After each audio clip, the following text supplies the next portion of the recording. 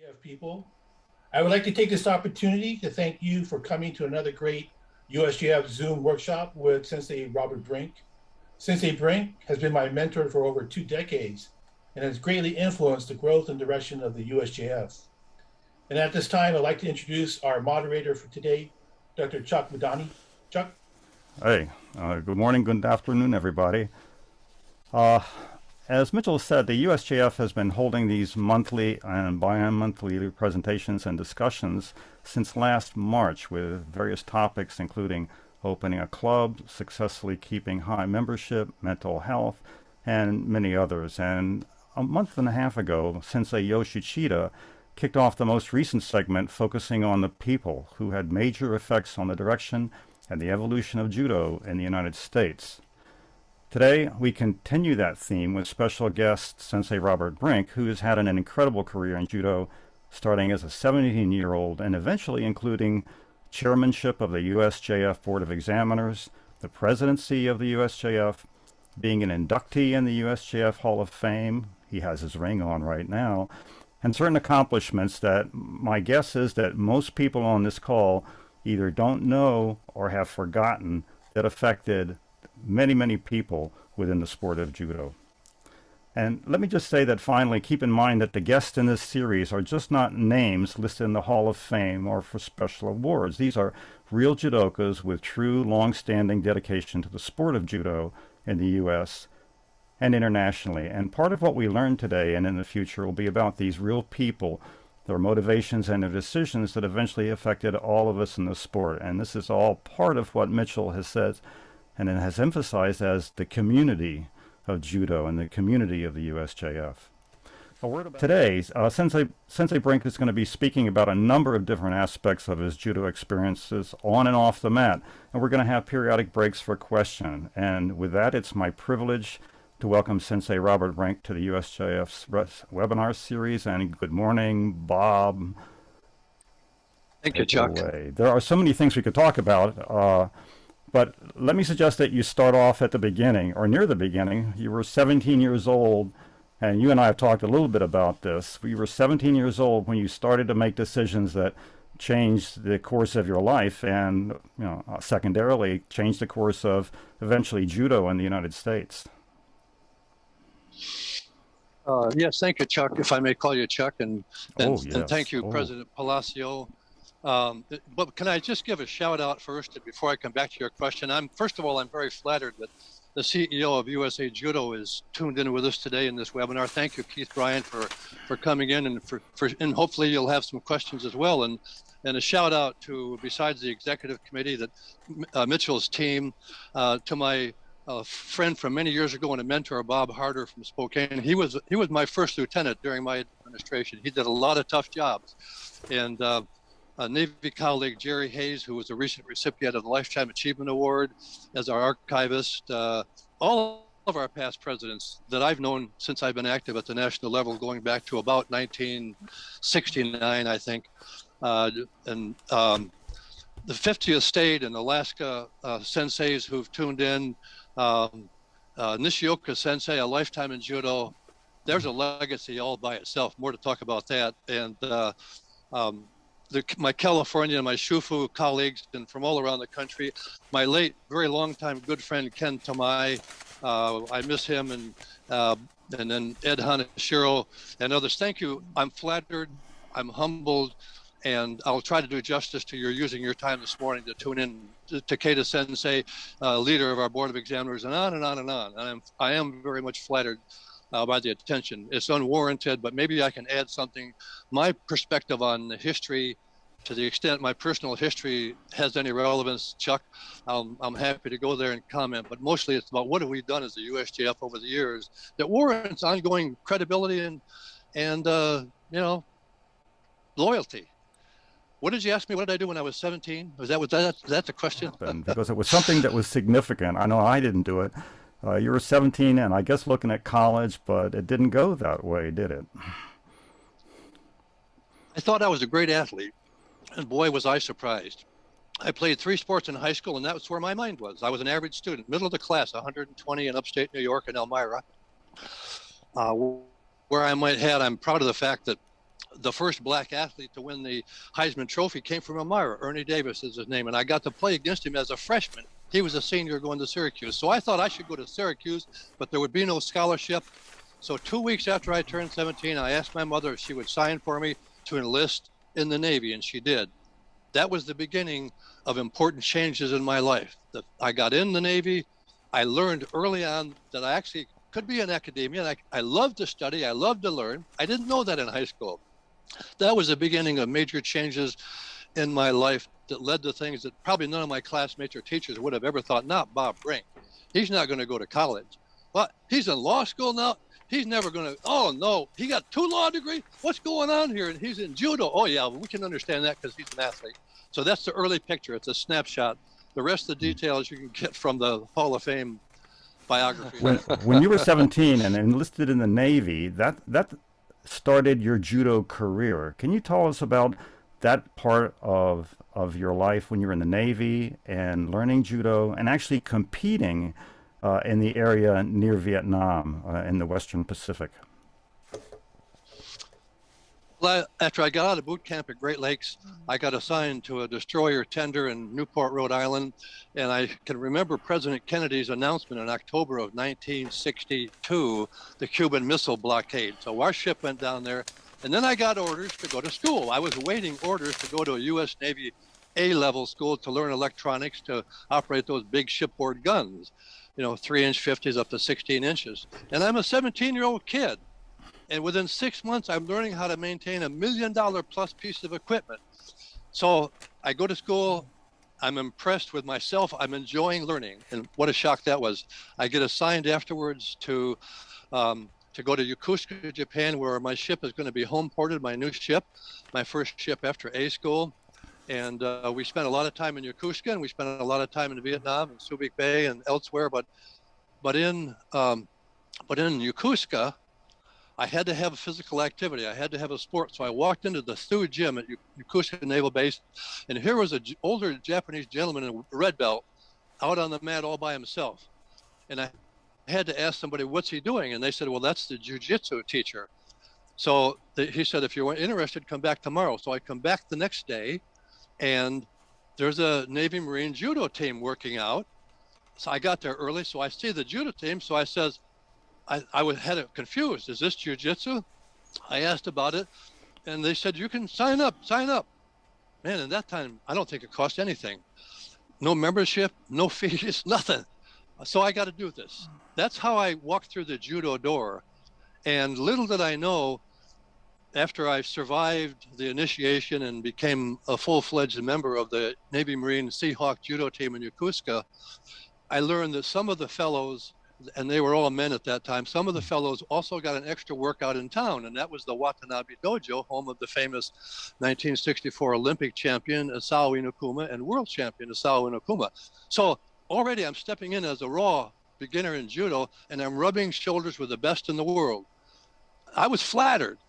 I was shocked. I was humbled. And what do? You try to make the most of it. So you go out there and you randori for 2.5 hours with no breaks, and your gi is soaking wet, and all you're doing is ukemi for whoever wants to throw you, because after all, you're learning this, and there's no water breaks, there's no take time out till sensei says rotate or whatever it is in broken English. So that's the beginning of my introduction to this wonderful sport and art of judo at the Watanabe Dojo and the Navy Marine Seahawk team in Yokosuka, Japan. The military brought me to that. I'll be thankful for the rest of my days. So when you went back to Alaska, or you finally got out of the Navy, did you go back and you continue your competition years, or how did that work? Yes. And by the way, I was flattened. You learn a lot of ukemi. There's no ukemi class. Like, here's the first, second, third steps of break falls. No, you learn it by being thrown, and you're thrown and thrown. And I remember the first time I thought I got Inokuma off balance, it was like a shock to me. He's going to really whip my butt now, because I almost got him off balance. I didn't throw him, but I almost got him off balance because he's relaxed. He's trying to help me learn something.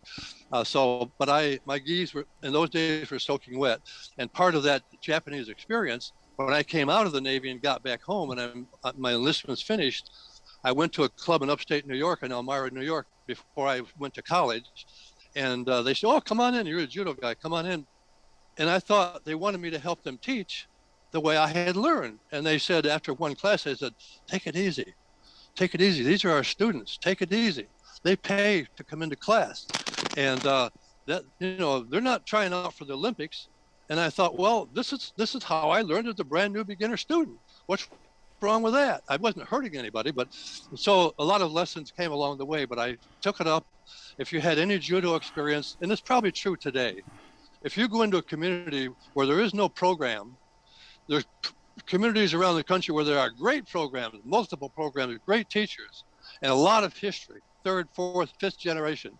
And my hometown had none, except for a brand new club, a showdown from Iran, who was an engineer at Corning Glassworks, built a building, and I found out about it. I went to see him. He said, yeah, come on and bring me in, let's work out. And he was, so that's how I started in the U.S. I went to competition in Buffalo, around upstate New York. Who's our famous name block here? Who's our famous old-time sensei from Philadelphia? Ishikawa. Ishikawa. So Ishikawa would drive through Elmira on his way to Cornell, because Cornell had a famous fencing teacher who was also very good in judo. So Ishikawa would come there and do a judo clinic at Cornell, about a half an hour away from Elmira. And he would drop his kid, about 12 years old, his son, he would drop him off at Elmira Judo Club. And so we had him for a couple of hours. And I thought, wow, a great man like this, a great icon in judo, is dropping his kid off to learn from us in Elmira Judo Club. Anyway, everywhere I went, the door was always opened for somebody to come in and start teaching what they love. He or she must know something about judo.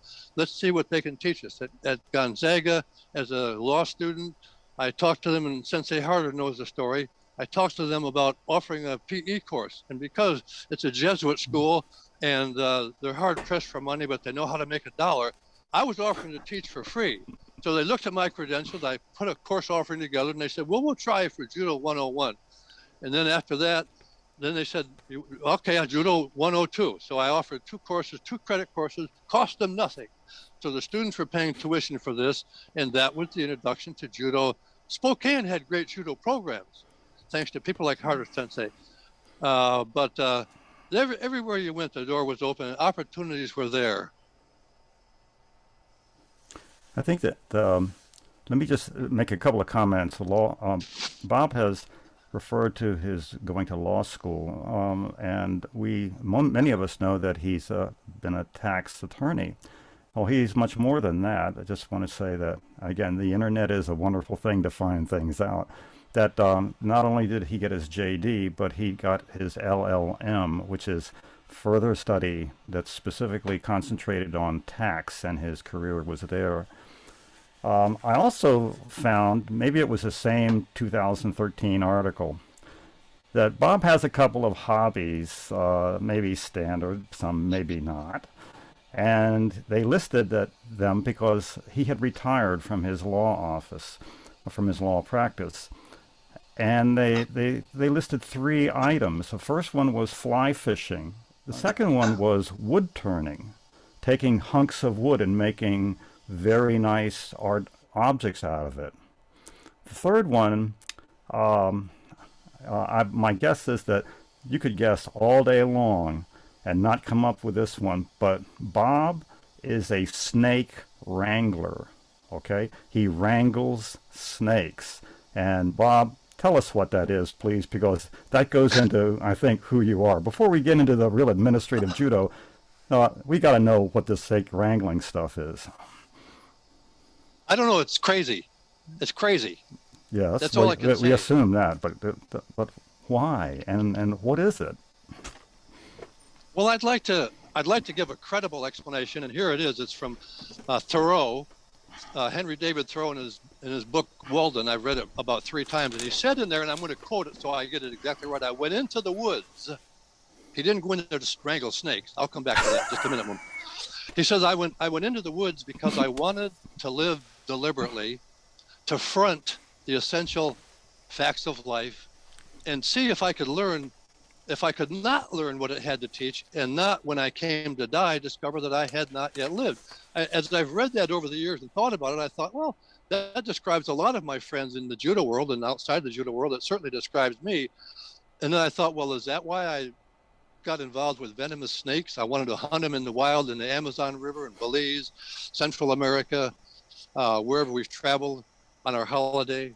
All my travel was to judo meetings and judo competition, 3 or 4 day weekends, and then back to the office. And then when I could afford more time off, then it was like, let's try something different, venomous snakes. So we got tied in with a herpetology group from the University of Miami, went to the Amazon. There were like 3 PhD herpetologists and a zoologist and about 24 people. And that's where we found the Bushmaster. We found the several different venomous snakes. I didn't have to handle them. I didn't want to kill them. As a Boy Scout, I taught nature merit badge. I wanted to go find garter snakes and teach the kids about snakes in a harmless way and learn respect for nature and for what was harmful and what wasn't, to respect all aspects of nature. Never killed a snake. I never killed a snake. But I think about, what does the snake do? And I'll wind this up. Where you have people, you're going to have garbage, you're going to have rats, you're going to have snakes. That's not the only way snakes come about. I've been hunting snakes all over Australia. And it's not because there's people in those areas where some of the most venomous snakes in the world are located. But it's like, if I can see it and photograph it, it's made my day. I did not have to handle it, but I had to be able to pull it out with a special set of tongs, which I gave to a snake wrangler in Belize who had been bitten 4 times by a fer-de-lance. He was crazy. This guy was legitimately crazy, because I never had the desire to handle them, to play with them, to tease them. And you know what? As I kept talking, I gave away the snake gripper that I had. And when we went back to Australia, I had to find something new. I was looking for a hook. And I went into pet shops and I said, I'm looking for a snake hook. They said, oh, we got this little thing. It was made for the aquarium to move out one animal and clean the aquarium or what have you. I said, no, I need something much bigger. They said, what kind of snakes are you after? And I told them, and they said, not here. We don't have it. It's like they wanted distance. And I talked to gardeners. I would talk to people that worked along the road system in Australia, because I figured these people have seen what I'm looking for. And they would yeah, if you go here and around the corner, especially early in the morning, blah, blah, blah, you're going to find this one or that one. But they said, why? I said, because I'd like to see it. And furthermore, I'd like to find a snake hook. They said, well, this is crazy. You should not do this. I heard that enough times the last 2 trips to Australia that I got to thinking, I'm 77 now. My reflexes are not quite what they were when I was 67 or 57 or 27. And I got to thinking, you know what? There's something to this. Listen to what they've got to say. I cannot back away. I don't have the reflexes. So the venomous snake story was a hobby, and that's probably the highlights of the hobby. I was never bitten, never even close. Knock on wood. Thanks, Bob. Let's roll into something that's that may be what most people are expecting, and that's for you to talk about what you've done in the administrative arena of judo. You started pretty early. I think it was 1970 you were involved in the AAU Alaska Judo AAU. Can you talk about that? Yes, the AAU was the governing body before we had an NGB under a federal law change in 1978. We were governed over many years, governed in certain aspects of judo by the AAU. And so if you were an amateur and you were going to get into competition, anybody that's in this video today in this Zoom can identify with where the AAU was for many years for us in the judo world. We were like the 2nd largest sport in the AAU for many years. And so everybody in Alaska was registered with the AAU. I got there in 69 or 70, and you couldn't enter a tournament without your AAU card. It was $2. And membership in USJF may have been $4. I'm not sure. Things were a lot different then. Our insurance premium was a lot different than it was now, but we wanted insurance. We had to have a sanction, and you had to be an AAU member. So that's what got me through that door. And then eventually you're involved in the meetings, and you get involved in representing the state of Alaska outside of the state in AAU meetings. And then we understand that I'm getting involved in the Northwest Yodanchikai business early in the 70s, and then going to Yudanshikai meetings in Spokane and Portland, and eventually to the USJF national meetings. And there was no more AAU. We know that 1978, there was a lawsuit. The AAU was sued by USJA, and it had to do with the monopoly that we were given by the AAU governing rank, that only USJF awarded rank would be recognized. I'm giving you a thumbnail sketch. There's a lot of details here, so forgive me for glossing over the details, but to give you the highlights, Chuck, the lawsuit was settled, and the exclusive rank arrangement that the AAU had with USJF was terminated, and people with USJA rank could come into tournaments, and yeah, there's always been controversy about who issued the rank, what it is, etc. Not going there, but I'm just telling you that because of that lawsuit, it's the only time, by the way, this is the only time, if you want an editorial about 3 organizations and our NGB and all that, another time, I'm happy to share with you my personal thoughts, but that lawsuit was the only time that we had a conflict with any other judo organization, the AAU lawsuit, and it was resolved. And I'll tell you, not only was that resolved, but the leader of the USGA, and I'm off the track for just a moment, Chuck, was Phil Porter. The person that was the president of USGF at the time of the lawsuit was Dr. Ishikoiwai. He was president at the time of the lawsuit. When the Hall of Fame was initiated and the first group of inductees were decided on, it was Dr. Koiwai who nominated Phil Porter for the US Judo Hall of Fame. And so I just say, anybody out there that thinks that we're part of the problem in terms of dissension and argumentation and battles, show me the evidence, like the ad said, show me the beef.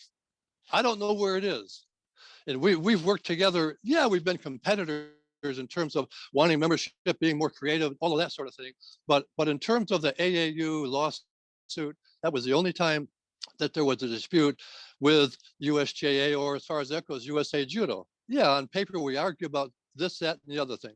But that's not like a dispute which is tearing apart American Judo. So I've given you a footnote to an editorial, which if you want me to do it at another time, I'm happy to do that. But the AAU was there. It was critical. It was the way you got into competition, sanctions, and some modest insurance coverage. And so that's a small chapter. So after that's gone, then you looked to your national organization that you chose affiliation with. And in my case, it was Armed Forces Judo Association back in the early 60s, not AAU, it was Armed Forces Judo Association when I was in Yokosuka and competing with the Navy Marine Seahawk team. And that turned out to be the largest Yudanshikai in the USJF. And then they split off from USJF in 69 and 70. Now we had 2 national judo organizations because of that split off. And so, my affiliation, because of where I lived, probably not much more than that in Alaska, it was USJF. We went to Yudanshikai meetings in Northwest Yudanshikai, and then I later switched to 50th State USJF because, after all, I'm flying out of Alaska to go to meetings in April and December. And I thought, why go to Spokane and Portland when I can go to Honolulu? Hello, Ed. Yeah, I said, oh, that's crazy. So USJF affiliation from the beginning. And then when the national governing body came around in 1978, in 1978, and then Frank Fullerton was selected as the first president.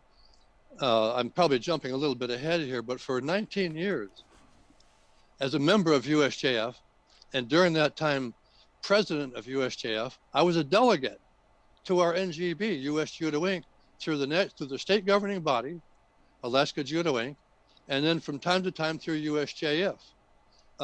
We were partners in the USJF. So yeah, so a life member of USJF, going back to 1974. But guess what? In 1989, I became the second life member, although it says number 12. I got a story I won't go into, to become a life member of US Judo. So I've always been loyal. There was an important role for it. It's my national governing body. It's your national governing body. A little bit of passion thrown in there, but and very important. I can give you that editorial at another time. So have I given you enough, Chuck? Enough of the early stages of this?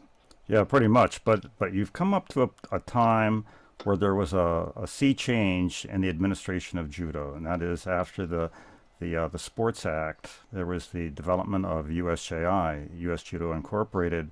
That's where you and I first met, and we were both delegates to that organization. But it turns out that you were deeply involved in the direction and the development under Frank Fullerton, and then as with Sensei Unesca, and eventually on your own as president. Could you give us the outline of how those moves helped to develop the USJI into a viable national governing body? Because you were right back there behind the scenes all the time.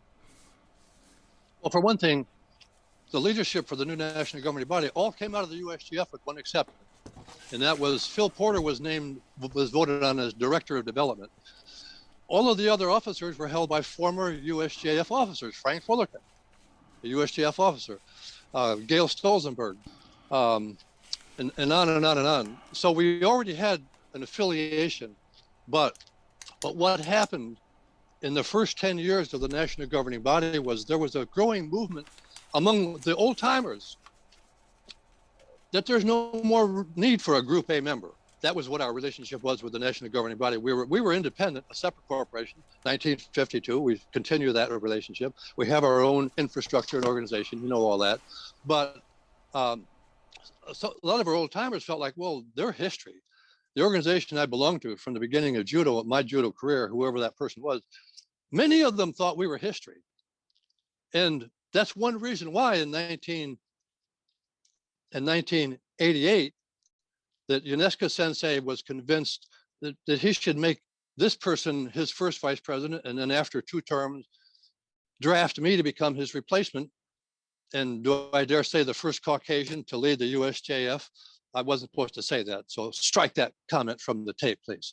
But our organization went at one time over 40,000.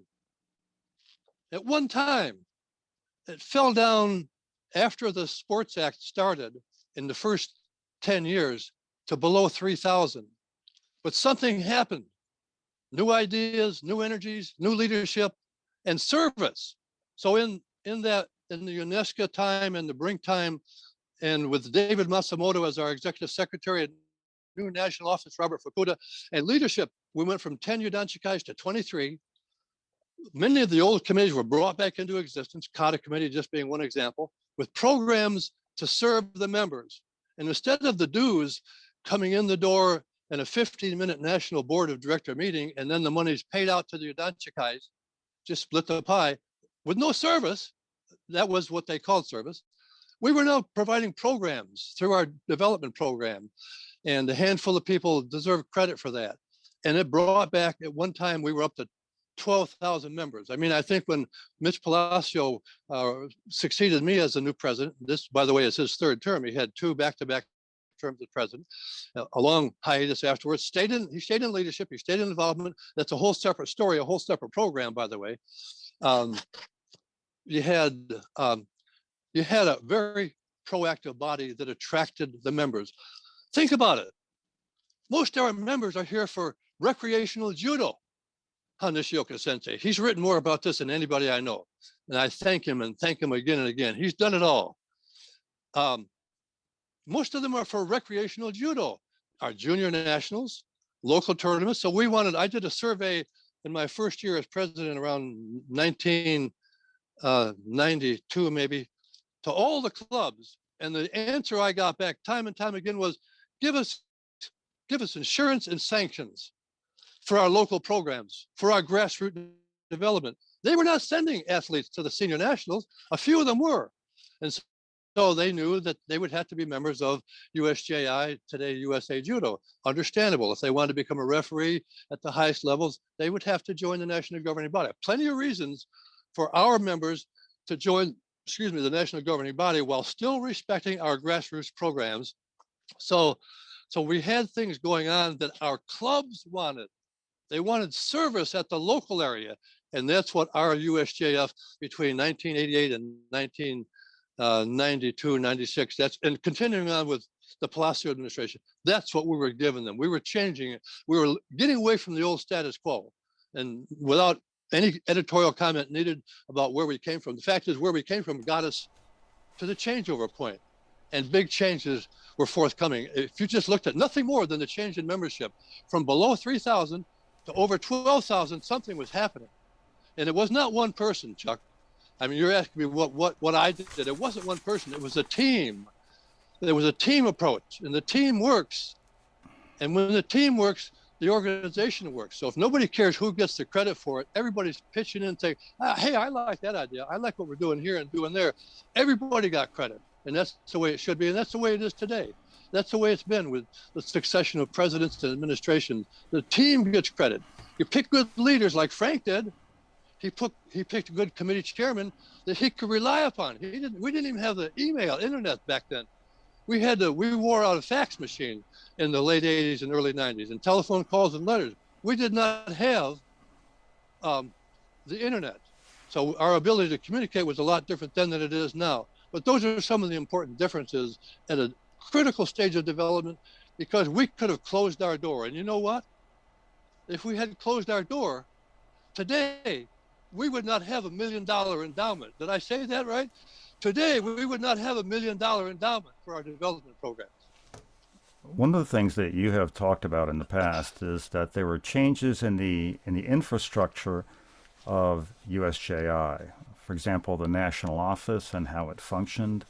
What was it like, and how did you and others help to change it so that it was much more of a functioning business? Well, as I mentioned earlier, I'd been an active member of the national governing body on the board of directors, been part of the finance committee and law and legislation committee for all those years, ways that we could make a difference and stand up at the meetings, and we would argue what should be the elite athlete development criteria, et cetera, et cetera. And I'm looking at other sports. In fact, I did a survey at that back around 84 or 86. I did a survey of all the national governing bodies. I got a lot of answers. What are your keys? How do you do this? How do you do that? And I thought, Frank, the generous man that he is, you can read my tribute to him that's in my Hall of Fame biography. He really was at the top of my list of mentors, a great man. I thought he's very generous in helping athletes, deserving athletes, foreign teams coming to the U.S. Open in Colorado Springs. What a legacy he left for our national governing body.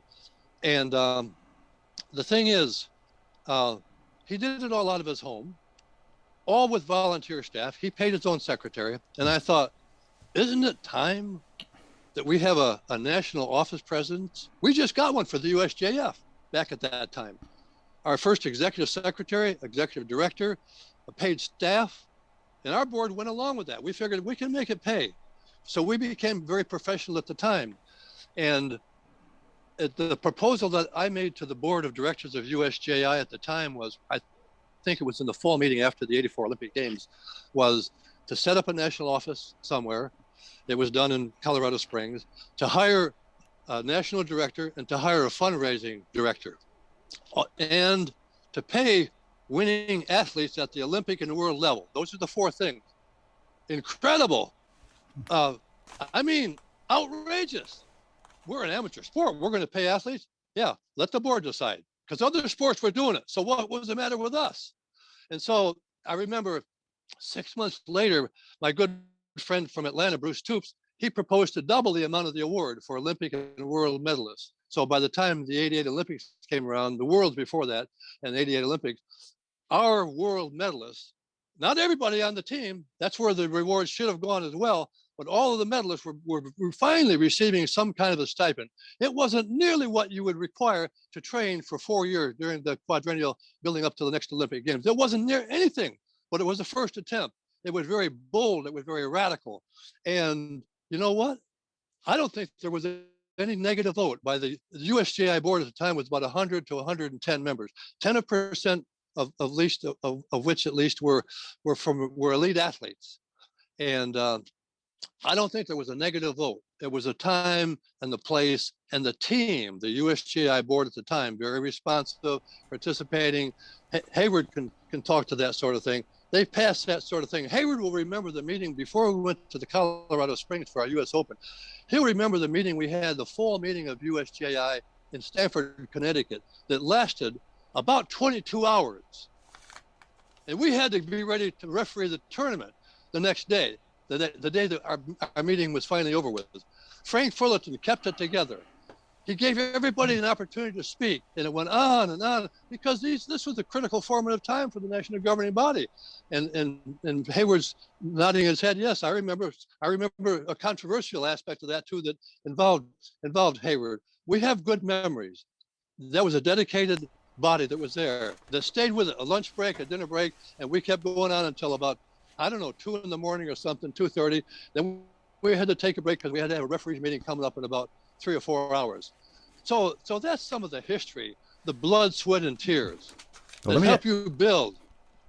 Let me ask you about something else. You mentioned that this idea of paying athletes, top-end athletes, was radical, but there was another idea that you were involved with that was pretty radical at the time, and I'd like to share a screen with everyone, and I'd like you to tell me what's on this, what the significance of this picture is. Well, pardon me. Well, I'm embarrassed to talk about it. It is discussed in Dr. Gene Kanakobe's biography of Rusty. A friend just gave this to me in the last 2 weeks, and so I scanned through it, and there's a picture in here. This is one of the pictures that's in that book. You can back off of this. So what happened? Here's the short story, and it's a footnote in history. It's nothing more than a footnote in history, which I'm probably sinfully proud of. But I, with a friend, Lloyd Donago from Spokane, we both applied for tickets for the '84 Olympic Games judo competition. And Lloyd had family in LA. I was not picked out. You prepaid, and there was a lottery. He was picked out for 2 tickets. I was not. So our deal was, if either one of us gets picked out, we'll share our ticket. So I flew to Portland. He picked me up with his wife. We drove to LA on what was supposed to be the most hectic Friday in LA throughway driving, the Friday of everything coming to a head in LA, '84 Olympic Games. And sitting behind me the first day of the competition in assigned seatings is Rusty Kanakogi. We're sitting in the front row of the balcony in the middle section of all the mat areas. It couldn't be better except for people walking in front of you. So the third morning of the competition on ABC News, they were covering the games. I'm just trying to hit the high points. The ABC News commentator said, we got news from the IOC. It's decided the new sports that will come in and those that will not come in. And judo, women's judo, was not accepted as an Olympic sport. So I said, oh my God, I wonder if Rusty's heard this. Because everybody knew what her role was. The first World Championships in New York City, and on and on and on. This book is very well deserved. The biography I'm holding up in front of the camera is very well deserved. So I said, Rusty, did you hear the news? No, what? I said, women's judo has been rejected from the Olympic Games. And she's beating me on the back and beating me on the back. And she says, we got to sue them. We got to sue them. And I said, well, let's think this through. And I said, I'd heard that the ACLU was brought in to the IOC Olympic movement to be an advocate for women's, I thought it was a 10,000 meter run. In the biography, it says women's marathon Olympic competition. But I was pretty sure at the time it was the women's 10,000 meter run. And they succeeded. And so in LA, the women's 10,000 meter run is the first time Olympic sport for that event. And I said, the ACLU made the difference. And I said, why don't you talk to the ACLU? And she said, okay, let's go right now. And I said, I didn't have a car. And she said, so she starts calling in shits from friends around there who were at the competition. What can I do? So she arranges a ride to the ACL meeting, ACL building in downtown LA. It's the biggest, by the way, in my view, I'm very conservative. It is the biggest, most liberal lawyer advocacy group probably in the world. But I'll tell you what, we became friends in this time, in this event. So she goes there and she talks about it and they say, we want to help. So we're going to schedule a news conference for 2 days later. So she comes back the next day. She missed that whole day's competition. I forget what weight division it was. There was 8 days of competition for judo then. one day per weight division. And she said, we're going to a news conference tomorrow and you got to be there. And I said, I don't even have a sport coat or a tie. I had to borrow the sport coat from a very small friend of mine, short sleeves and all that, and get a ride to the downtown ACL meeting. And I thought the building would crash when I walked through the doors, because they would have to have heard how conservative I was. We meet with the staff and they're wanting to know how we can help in the lawsuit. And they're telling us what they can do.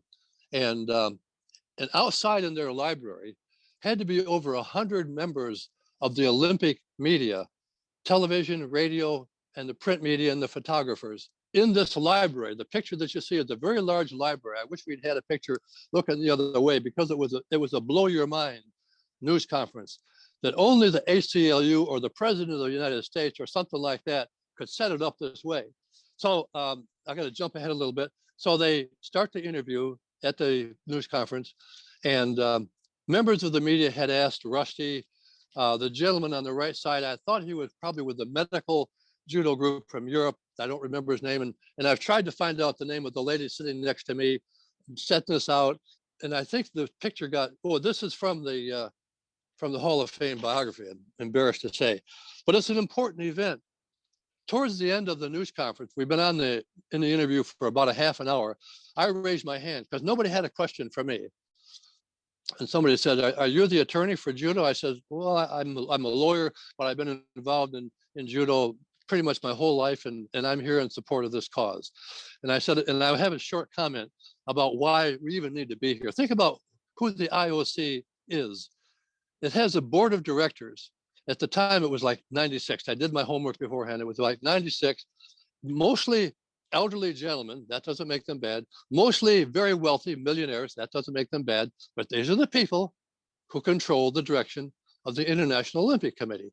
Not just Americans, wealthy people from around the world, because of how the networking system works. And they said no to women's judo in the Olympic Games, even though all of the criteria to apply for women's judo competition in the Olympic Games had been met. They said no. So I said, does that give you any idea why this sport was rejected?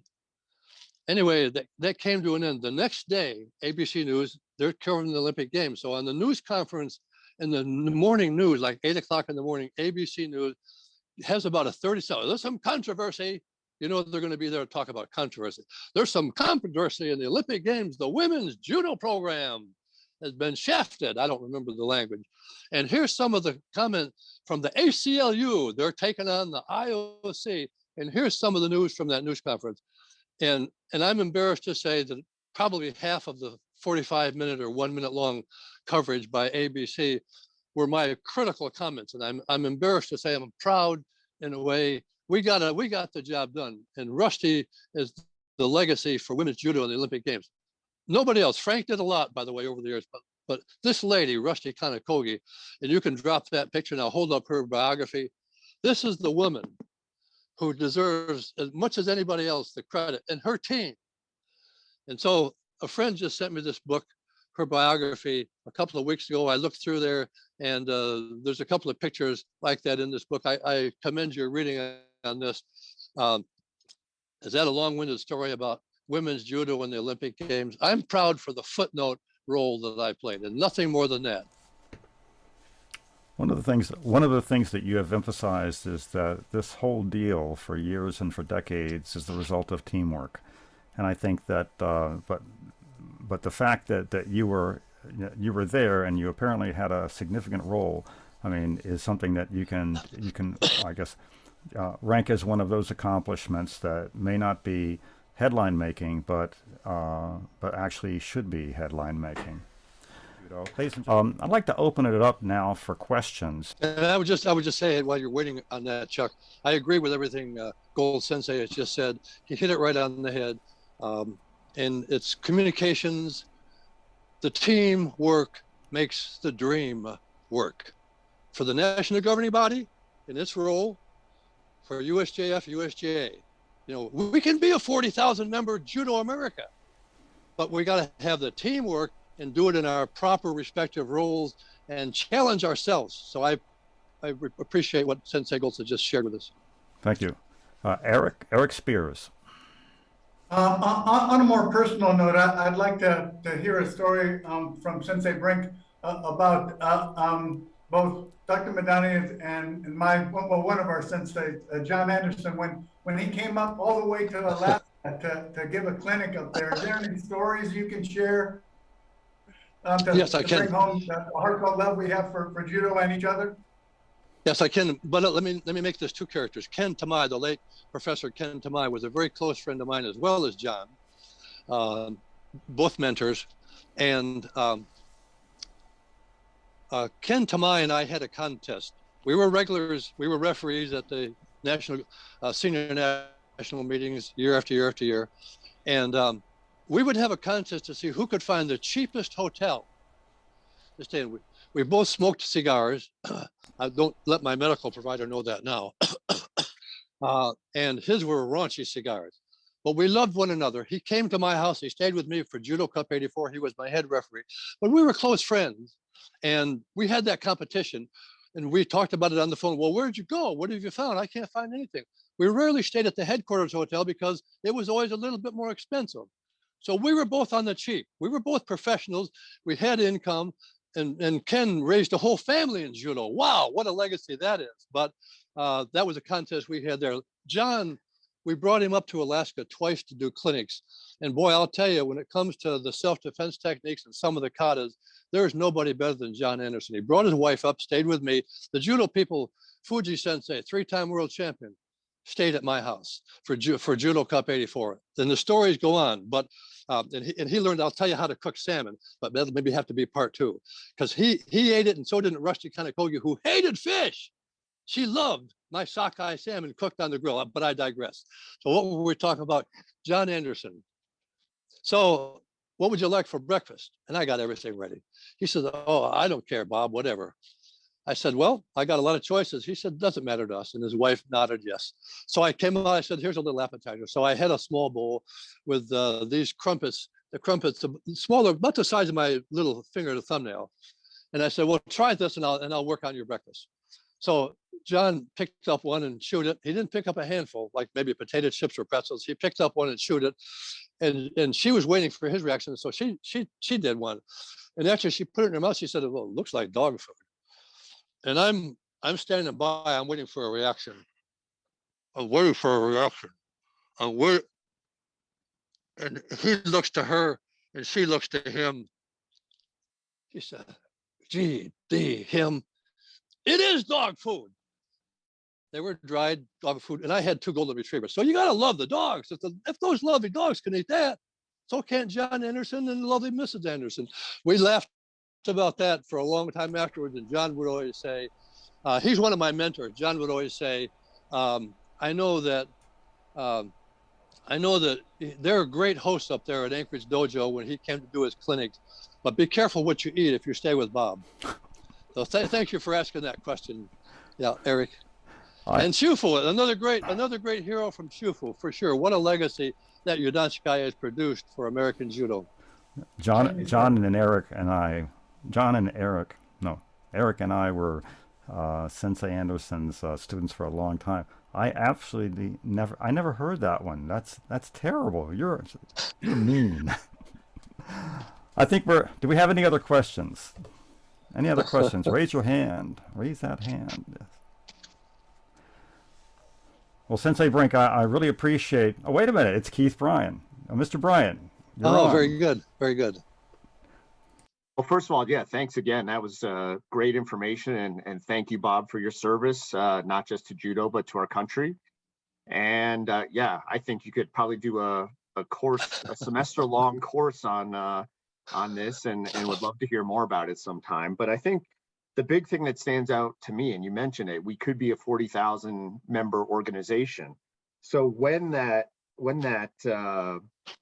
Sports Act kind of transitioned the organizations for judo, when it went from 40,000 to 3,000, I think you said, where did those 37,000 people go, and how do we try to bring that back, I guess? I mean, is there a way to find who those were and where they went? I'm not sure there is. I know that from our high, I'm talking about USJF 40,000. Some of them with the Udanshikai split, Armed Forces Judo Association, a large number went there to the USJA. It wasn't going to be, they changed their name, became the USJA. That's a thumbnail sketch of that history. Gary can give you more details on that, but there's a lot of history there, by the way, and it's positive history. Yeah, we shrunk in size because we weren't responsive enough. We had our own problems. And then some of the members, of course, as USGA hustled and hustled. Thank you, Phil Porter. They grew. He marketed. He knew how to market judo, so they grew. And we shrunk because there were those old timers who thought we don't have a future. So they're on 3 different playing fields, and you know, and a lot of it's a transient sport. People come in, kids come in, families come in, try it, say, well, I'm going to try ping pong. I'll try something else. So the people you get for lifelong legacies in judo, they're rare, few between. It would be great to find the 40,000 and bring it back into what I'm going to call, Keith, American judo, whether they're in the national governing body or one of the Group A members for grassroots developments. I think that's where they belong. But I want to say this to Chuck and to Mitchell, that if you want to hear, it'll be an editorial. It'll be my personal comments from about 40 plus years of growth and development and learning in the national judo world. I'll give you editorials on Kodansha rank. I'll give you editorials on the NGB, the JF, the JA, and the intermix. There's a role for all 3, by the way. I've never been a one organization man. And much of what Hayward's written about, I've identified with that. What are our respective roles? I'll give you that editorial, my personal opinions. I won't be speaking for USJF, but and I'd like to add in there that little $1 million footnote, an editorial about that, why it's important in American judo, not just in the USJF. $1 million endowment, that's what we have. It's over $1 million now. So I'm happy to come back at another time and give you more boring. I'm not paid by the word anymore. So I couldn't teach a semester course, that's for sure. Those days are past, and my speech making days, although you may doubt that now, my speech making days, Chuck, are well behind me. Thank you for asking the questions, Keith. Yeah. Well, ladies and gentlemen, we're about the top of the hour, and I think that we've had a very interesting, multifaceted history of Bob Brink. I mean, flattened in Japan, catching snakes in the Amazon or in Australia, steering the development of judo, and by the way, helping to get women's judo admitted to the Olympics. Those are a couple of interesting, very important things. I want to thank Bob for his time and for his history, for reminding me that next month we're going to continue this series for people who have had a significant effect on the development of judo. And I think it's February 27th. There's going to be somebody who, like very few athletes in the world, are recognized by one name. There's a town that I think is named after him in the East Bay of the San Francisco area. It's Hayward Nishioka. We're going to see Hayward Nishioka next month, and we'll be talking with him at some length. And thank you very much, everybody. Thanks for your time. And I think that this is a great addition to this goal, not just of the USJF, but of all the organizations' community. That's what we have to push for. Thank you and good evening.